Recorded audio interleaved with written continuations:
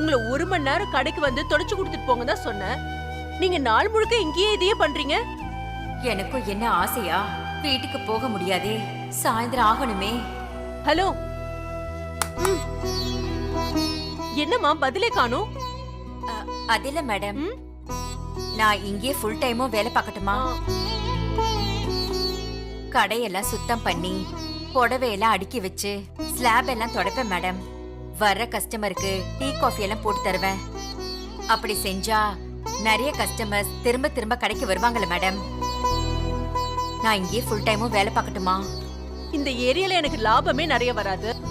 Full time ஆள் வச்சா 10-15,000 கொடுக்கணும்னு தான் நானே கடையில உட்காந்துருக்கேன். இப்ப நீங்க ஃபுல் டைம் இருந்தா ஏன் காசையும் சேர்த்து தான் தரணும். நஷ்டம் தான் ஆகும். அப்படி இல்லம்மா, காசெல்லாம் அதிகம் வேண்டாமா. இந்த 5,000த்துக்கே நான் முழு நேரமும் வேலை பார்க்கறேன். எதுக்கு இவ்வளவு கம்மி சம்பளத்துல முழு நாள் வேலை பார்க்கணும்? எனக்கு புரியலையே. இல்ல, வீட்ல போய் சும்மா தான் இருப்பேன். இங்க தொழில் கத்துக்குவேன், அதான். லட்சக்கணக்குல இன்வெஸ்ட் பண்ண உங்ககிட்ட பணம் இருந்தா ஏன் இந்த சம்பளத்துக்கு வரீங்க? வெறுமனே தொடச்சு பெருக்கிட்டு இங்க இருந்து கிளம்புங்க. இங்க சிசிடிவி இருக்கு, ஞாபகம் இருக்கட்டும்.